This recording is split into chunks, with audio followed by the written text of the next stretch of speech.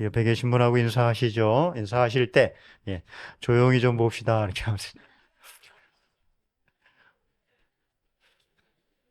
예, 제, 아이고, 예, 조용히 좀 만나야 할 사람들이 꽤 있나 봐요. 그죠? 예, 좀 무섭죠? 이 말 들으면? 예. 어쨌든 여러분 마음 또 삶 가운데 평안이 가득하기를 다시 한번 축복합니다.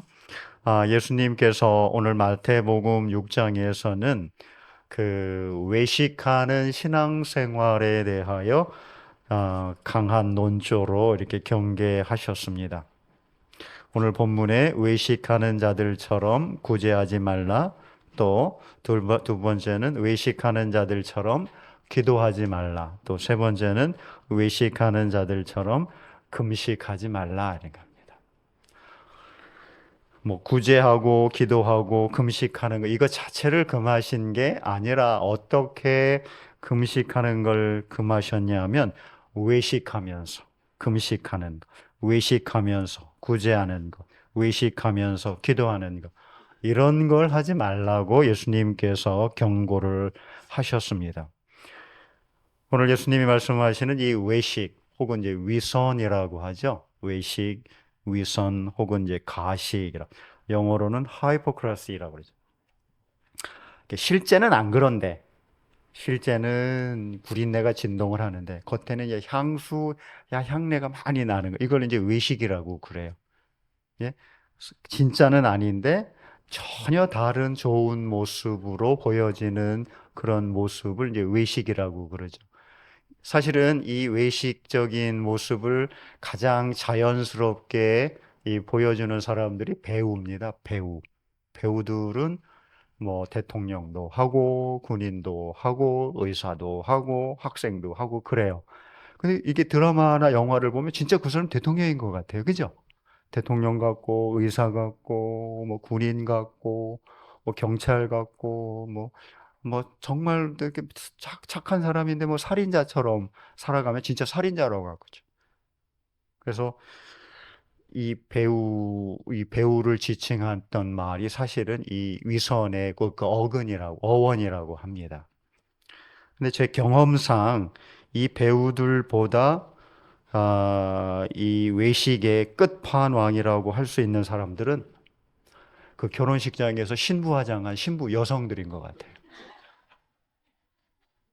이제 저 아내하고 이제 결혼을 했잖아요. 결혼해서 이제 신부 대기실에 있어서 제가 뭐 사진을 찍으려고 갔는데 이제 아내 이제 친척이 이제 엄마하고 이만하나 한 뭐 3살쯤 될까 말이 어제 그 꼬마 여자아이하고 이렇게 같이 왔어요. 이게 아내는 이제 아는 사람이죠. 아내는 알아서 누구 왔구나 이렇게 하는데 얘는 무서워 갖고 엄마 손을 딱 잡고 하느냐 엄마 누구야 그러는 거예요. 전혀 다른 사람이 자기가 알던 그 사람이 아닌 거죠. 그러니까 외식이 이런 거예요. 이게 무슨 의미인지 금방 아시겠죠. 특별히 예수님은 이 외식 혹은 위선의 핵심 문제가 무엇인지를 이렇게 지적을 하셨습니다. 자기 의로움을 드러내는 것. 1절을 보시죠. 사람에게 보이려고 그들 앞에서 너희 의를 행하지 않도록 주의하라. 그리하지 아니하면 하늘에 계신 너희 아버지께 상을 받지 못하느니라. 이렇게. 사실 우리말하고 어순이 많이 다르죠. 근데 원래는 어떤 문장 구조를 가졌냐 보면 예수님이 정말 강조하고 싶은, 찍어내고 싶은 문제가 어떤 것인지 금방 드러납니다. 문장 구조가 어떠냐면 조심해라, 주의하라, 뭘? 의를. 누구의? 너의. 이 문장 순서가 그래요. 조심해라, 의를 너의 행하지 않도록 사람들 앞에. 이렇게 순서가 돼 있어요. 그러면 예수님이 뭘 강조하고 싶은지가 이제 분명히 드러나죠. 내 의를 드러내기 위하여 사람들 앞에 선을, 구제, 이걸 행하는 걸 진짜 조심해라. 그런 얘기죠. 그런데 사실 성경을 보면 이 우리 의로움을 성경은 처음부터 끝까지 인정해 주지 않습니다. 우리는 의롭게 되지 될 수 없고 될 능력도 사실은 없습니다. 이게 성경이 일관되게 이야기하는 우리에 대한 정의입니다. 하나님께서 우리를 의롭게 하셔야 우리가 의로운 사람으로서 하나님 앞에 설 수 있다는 거죠. 성경은 우리가 하나님을 믿을 때 하나님께서 우리를 의롭게 여기신다고 말씀합니다. 율법이 오기 전에도 그렇고 율법이 온 후에도 그랬고 율법 이후 예수님 때는 더더욱 그렇습니다. 로마서 4장 3절을 보면 율법이 오기 전에 아브라함을 향하여 이런 아브라함의 의로움에 대해서 이런 이야기를 합니다. 성경이 무엇을 말하느냐? 아브라함이 하나님을 믿음에 그것이 그에게 의로 여겨진 바 되었느니라 하죠. 율법이 온 후에도 율법을 온전히 지켜서 의롭게 된다는 이야기를 하죠. 믿음으로 의인은 살리라. 이렇게 말씀하여 우리의 의로움이 우리가 온전한 율법을 행해서가 아니라는 것을 말씀합니다. 예수님 오신 뒤에는 더더욱 이야기할 게 없죠. 예수님을 믿는 믿음 안에서 하나님이 우리를 의롭다 칭하고 계십니다. 그래서 이신칭의죠. 우리가 의로운 게 아니라 우리의 믿음을 보시고 하나님께서 우리를 의롭다 칭해 주셨다는 것. 이게 성경이 일관되게 이야기하는 바입니다. 우리의 의로움은 예나 지금이나 하나님입니다. 그리고 하나님이 우리를 의롭게 여기셨기에 비로소 우리가 하나님과 정상적이고 바른 관계를 맺을 수가 있습니다. 그래서 우리가 죄인이면 하나님 받아주지 않잖아요. 하나님이 여전히 죄인의 모습이지만 우리의 믿음을 보고 우리를 의롭게 여기셨기에 우리를 받아주시는 거죠. 그때부터 이제 하나님과의 이 정상적이고 친밀하고 바른 관계가 시작이 됩니다. 그러니까 의로움은 하나님과의 관계에 들어가는 이제 첫 단추가 되는 거죠. 우리가 죄인으로서는 하나님 앞에 하나님과 어떤 관계도 맺을 수 없다는 것을 우리가 성경을 통해서 잘 알고 있습니다. 자, 이제 의로움으로 이 하나님과 이제 바르고 이 정상적인 관계가 시작됐습니다. 그러면 우리가 하나님과의 관계가 우리가 의로운 자로서 하나님과의 바르고 정상적인 관계에 있다는 것을 우리의 신앙의 삶의 모습을 통해서 이제 드러나게 되는 거죠. 그 드러나는 신앙의 행위가 오늘 많이 있는데 그 중에 오늘 예수님께서 이제 마태복음 6장에서는 딱 세 가지를 찍어냅니다. 하나, 구제하는 것. 두 번째, 기도하는 것. 세 번째, 금식하는 것. 요 세 가지가 왜 문제가 되는지에 대해서 이제 같이 살펴보고 오늘은 특별히 이 구제의 문제를 같이 보도록 하겠습니다. 구제는 하나님 백성들이 하나님과의 바른 관계 안에 있는 하나님의 의로움을 드러내는 신앙의 행위입니다.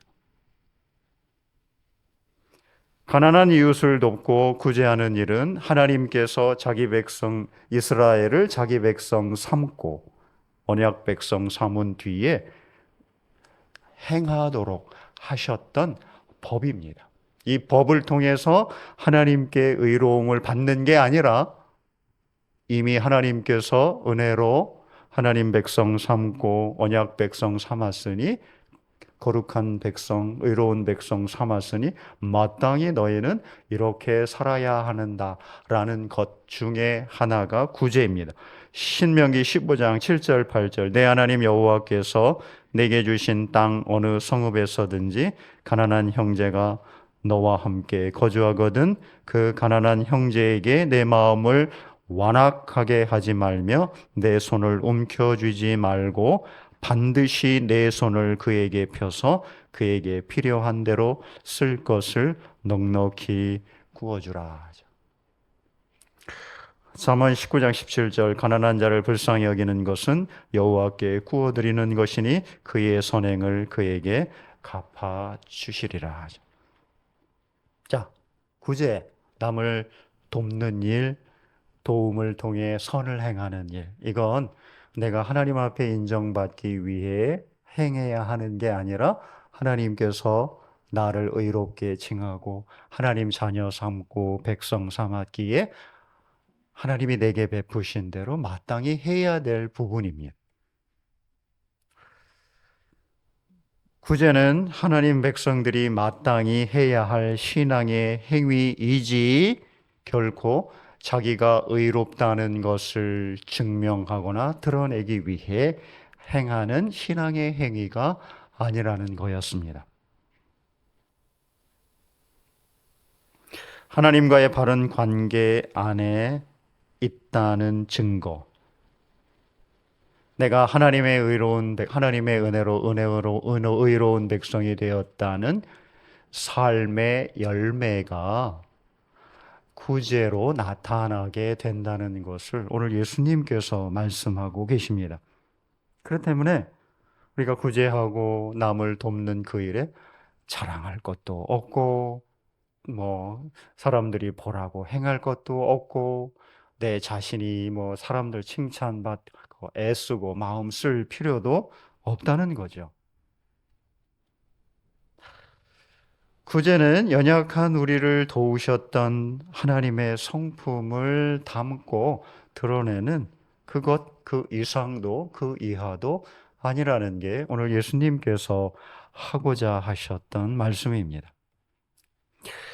하나님의 의로움과 성품을 드러내는 대신 이제 자기를 드러내는 거죠. 자기 의로움을 드러내는 구제를 예수님께서 외식하는 구제라고 경고하셨습니다. 나는 의롭지 않은데 구제를 통해서 내가 의로운 사람인 것처럼 이제 사람들에게 보여주는 것. 이게 이제 외식하는 거죠. 예수님 당시 사람들이 행했던, 특히 스스로 경건하다고 여겼던 종교 지도자들이 행했던 위선적인 구제가 구체적으로 어떻게 나타났는지 예수님이 조목조목 지적합니다. 첫 번째, 그 목적이 자기 영광을 구하는 거였습니다. 사람들의 칭찬과 칭송을 받는 것. 내가 이렇게 의로운 사람이. 두 번째, 그래서 사람들 앞에 구제를 행합니다. 사람들 앞에 구제를 행하다 보니 사람들이 많이 모이는 곳에서 구제를 행하게 되죠. 선을 행하게. 어디요? 많이 모이는 회당이나 길거리야죠. 그리고 사람들의 이목을 끌기 위해서 이제 나팔을 부는 거죠. 나팔을 빵빵 불러대는 거예요. 그 사람들이 많이 보잖아요. 예수님께서 이러한 행위들이 이제 위선적이다, 또는 가식적이다, 혹은 외식하는 모습이다 하면서 이제 그렇게 하지 말라고 말씀합니다. 근데 사실 우리가 이렇게 가만히 생각해서 들여다보면 요거 자체가 크게 문제가 있는 것은 또 아니에요. 그리고 처음부터 이런 행위 자체가 이 외식하는 구제로 이렇게 행해진 것도 아닙니다. 구제를 하려면 당연히 사람들이 있는 곳에서 해야 되잖아요. 사람들이 많이 모이는 곳에서 효과적으로 삶이 힘든 사람들 도와야 하잖아요. 그리고 사람들을 많이 오고 가는 길거리에서 행할 수도 있고요. 그래서 지금도 이런 형태들이 일어나죠. 그렇죠? 밥을 제공하는 일들 다 길거리에서 하잖아요. 그죠? 밥 밥상 공동체 그런 것도 있고, 근데 길거리에서 많이 하고 그러거든요. 그리고 내가 이런 행위를 하고 있는 게 가난한 사람들은 좀 오세요. 모셔서 여기 따뜻한 음식이 있으니 이 따뜻한 음식이라도 좀 나누어 먹고 좀 지친 몸 마음이라도 잠시 쉬세요. 라고 알아야 하잖아요. 알아야. 그래서 그때 나팔을 분 거예요. 그냥 처음에는 이 동기 자체가 이렇게 왜곡되고 그러지는 않았던 것 같아요. 원래 이렇게 순수했었는데 시간이 흐르면서 왜곡되기 시작했고, 이제 이 인간의 의로움을 드러내는 수단으로 이게 전락되었던 것을 보게 됩니다. 문제는 뭐냐 하면 이 치명적인 문제가 이건 예수님께서 지적하는 것이죠. 이게 자기 의로움을 드러내기 위한 이 동기가 문제입니다. 동기. 마음의 동기. 도대체 무슨 마음과 목적으로 이 일을 행하는가? 네 마음에 뭐가 들었느냐? 요게 예수님께서 지적하는 문제의 핵심입니다. 치명적인 문제는 바로 자기 의로움을 드러내기 위한 수단으로 구제를 행했다는 데 있습니다. 이런 동기가 아주 신앙적 그리고 신학적으로도 아주 치명적인 약점을 안고 있는 것은 이 자기 의로움을 드러내기 위한 구제에는 하나님의 의가 내 안에 없다는 데 있습니다. 당연하잖아요. 내 의든 하나님의 의든 양자택일이죠. 둘 중에 하나예요. 내 의가 있으면 하나님의 의는 들어올 틈이 없습니다. 하나님의 의가 들어오면 내 의가 들어갈 틈도 없고 둘 중에 하나예요. 근데 내가 내 의로움을 드러내기 위해 구제를 행한다는 것은 곧 내 안에 하나님의 의가 없다는 것을 의미합니다. 그래서 예수님께서 이게 얼마나 심각한 문제인지를 지적하고 계십니다. 하나님의 은혜로 의롭게 된 하나님 백성들에게 자기 의로움이 얼마나 끔찍하고 치명적인 비신앙적인 모습인지를 우리 성경의 예를 통해서 한번 우리 잠시 들여다보았으면 합니다. 우리 탕자의 이야기 잘 아시죠? 어떤 아버지에게 두 아들이 있었습니다. 큰아들, 작은아들. 큰아들은 모범생이었어요. 진짜 모범생. 아버지가 시키는 일은 하나도 어김이 없이 다 순종하는 정말 이 아버지들이 정말 좋아할 만한 그런 아들이었습니다. 반면에 둘째 아들은 그렇지 못했습니다. 둘째 아들은 아버지가 하라는 것에 정반대의 일만 했던 것 같아요. 하다 못해갖고 아버지 죽기를 바라는 마음으로 아버지 죽으면은 아버지 재산 절반은 3분의 1이겠죠. 큰형한테 2배 돌아가니까. 그래서 저한테 들어오잖아요. 그거 미리 주세요. 미리 주세요. 그러니까 아버지가 또 마음이 약해서 그걸 줬어요. 그래 또. 참 아버지도 참.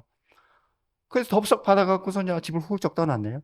떠나갖고 자기 세상 만난 거죠. 그냥 허랑방탕하게 아주 그 표현도 아주 이제 리얼해요. 허랑방탕하게 자기가 가진 모든 아버지의 재산을 그냥 다 써버렸습니다. 그러니까 나중에는 쓸 돈이 없죠. 쓸 돈이 없으니까 사람 다 떠나죠. 그렇죠? 다 떠나고 배고프고 가뭄이 들었는데 먹을 거 주는 없으니까 돼지 양식으로 이제 불인 배를 채우다가 아버지를 기억합니다. 그리고 그 아버지에게 돌아갑니다. 아버지에게 돌아가자 이 아버지는 그 아들을 묻지 않고 그냥 받아들입니다. 그냥 묻지 않고 받아들이는데 자기 아들로 받아들입니다. 자기 아들로 받아들입니다. 그런데 이제 둘째, 큰형이 문제죠. 큰아들이. 이 큰아들, 이 첫째 아들이 아버지의 이 행위를 보고, 동생이 아니에요. 아버지의 이 행위.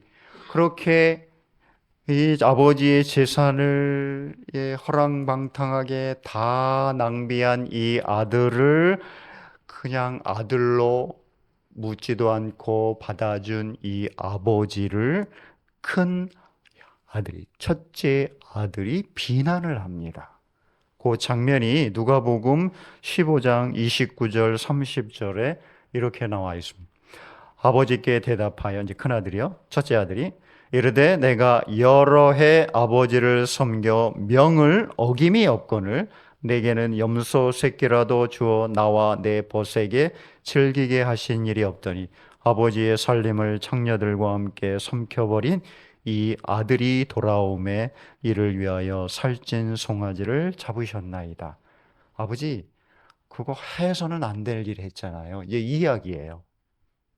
어떻게 아버지의 명을 내가 하나도 어기지 않은 나를 위해서는 염소 새끼 한 마리 잡지 않았으면서 어떻게 아버지 저 호로 자식 같은 저 자식에게는 저렇게 살찐 송아지를 잡고 그들을 받아주고 금가락지 끼우고 새 옷을 갈아입힐 수 있습니까? 아버지 그러면 안 되죠. 아버지 내가 아버지 아들 맞아요? 아버지 그러면 안 돼요. 이제 이 이야기예요. 좋게 표현했던 거지. 그렇죠? 현장 상황으로 가면은 이 큰아들이죠. 첫째 아들의 상황은 그런 거예요. 아버지 정신 똑바로 차리세요. 나하고 오래 살고 싶으면. 이제 그 얘기하는 거예요. 이게 큰아들입니다. 첫째 아들입니다. 뭐가 문제죠? 기준이 자기예요. 내 의로움. 내 의로움의 기준에 보니까 동생은 말할 것도 없고 아버지 당신도 잘못됐어요. 이 이야기입니다. 윤리적으로 완벽한 형의 자기 의로움은 동생을 정죄하고 은혜를 베푼 아버지를 비난하며 잘못됐다고 여기는 모습으로 나타납니다. 이게 자기 의로움이 얼마나 무서운지 우리를 하나님에게서 멀어지게 하고 결국은 하나님과의 관계 전체를 다 끊어내는 일인 것을 오늘 이 이야기를 통해서 우리가 분명히 보게 됩니다. 자기 의로움에 있는 사람은 모든 게 자기 중심이에요, 사실. 그렇죠? 내가 옳은데 당연히 내가 옳은데 옆에 사람, 누구, 모든 사람들은 내 중심으로 모든 일들이 이루어져야 하고 모든 사람들이 다 나를 지지해야 해. 이게 자기 의로움에 사로잡혀 있는 사람들의 모습입니다. 하나님의 의로움까지 부정합니다. 작은 아들을 받아들이는, 그를 다시 자기 아들로 받아들이는 이 아버지에게 있는 은혜의 근거는 은혜였습니다. 은혜. 이 은혜를 모르는 거죠. 자기 의로움은 신앙과 삶의 이런 위험과 또 문제를 안고 있습니다. 그것이 구제와 같은 선을 행하는 일이라 하더라도 결국에는 아무것도 남지 않습니다. 아무것도 안 남아요. 진짜 아무것도 안 남습니다. 대신 하나님께서는 이제 예수님은 하나님의 의로움으로 우리가 선을 행해야, 구제를 행해야 한다고 말씀하며 그 표현을 은밀하게 하라라고 말씀하셨습니다. 은밀하게 하라 해서 아무도 모르게 하라. 그걸 말하는 게 사실은 아닙니다. 은밀하게 하라죠. 은밀하게 하라. 은밀하게 하라. 이 말의 의미는 내 의로움을 드러내기 위해 하지 말고 하나님의 의로움이 드러나는 마음, 동기로 구제와 같은 선을 행하라라는 의미입니다. 여기서 그러면 하나님이 갚아주신다 그러셨습니다. 하나님이 남는 게 있는 거죠. 남는 게 있죠. 진짜 어떤 게 남는가 한번 보시죠. 하나님이 갚아주신 요 갚다라는 말, 이게 신약에서 많이 사용된 말인데 이 의미가 다양해. 하나는 빚을 갚을 때 하나님이 갚다라는 같은 의미입니다. 의무를 이행하다 또는 값을 치르다, 어떤 수고에 대한 보상을 하다 등등 다양한 의미가 있습니다. 도대체 오늘 본문에서 하나님이 갚아주신다고 하셨는데 이 의미가 뭘까? 아무리 머리를 쥐어짜도 정확하게 잡히는 게 없어요. 도대체 이게 무슨 의미로 예수님이 도대체 하나님 뭘 갚아주신다는 거지? 은밀하게 보시는 하나님이 뭘 갚아주실까? 어렵기는 하지만 다만 구제가 자기 의로움이 아니라 하나님의 의로움을 덧입은 자가 즉 하나님과의 정상적인 관계 안에, 바른 관계 안에 있는 자가 마땅히 행하는 신앙의 삶이라는 걸 염두에 두면 우리 한 가지는 좀 우리 유추할 수 있을 것 같습니다. 도대체 하나님이 은밀하게 구제하며 선을 행하신 하나님과의 관계 안에 의로운 하나님의 의로움을 덧입은 자가 행하는 이 구제를 보시고 하나님께서 주시고자 하는 보상, 이게 뭘까? 고민을 해보면 문맥에서 한 가지는 분명해집니다. 그건 하나님과의 친밀한 관계 안에서 누릴 수 있는 기쁨, 자유, 만족, 생명의 풍요로움, 미래의 소망, 이런 것들이죠. 친밀한 관계 안에서 우리가 누릴 수 있는 겁니다. 자, 이제 우리는 또다시 선택의 기로에 섰습니다. 우리는 선택해야 돼요. 자, 내 의로움을 드러내냐, 하나님의 의로움을, 둘 중에 하나지. 또 내 의로움을 드러내기 위하여 사람들로부터 영광과 칭찬과 칭송을 받느냐, 아니면 하나님과의 친밀한 관계 안에서 만족과 기쁨, 자유함, 하나님 안에 있는 생명의 풍요로움을 누릴 것이냐. 이게 예수님이 우리에게 어떤 것을 원하든지 이제 선택해라 라고 우리 앞에 제시해 주셨습니다. 이제 묻습니다. 무엇을 선택하시나? 사람들로부터 받는 영광과 칭찬과 칭송을 받겠습니까? 아니면 하나님과의 친밀한 관계 안에서 누리는 기쁨, 만족, 자유함, 미래의 소망, 그리고 생명의 풍요로움을 누리겠습니까? 오늘 예수님께서 우리에게 선택하라고 하십니다. 사람들로부터 칭찬과 칭송, 인정, 이걸 받기 위하여, 받고 싶어서 우리가 어떤 일을 행할 때에 우리의 마음이 어떤가요? 제 경험으로는 불안과 초조함입니다. 불안과 초조함.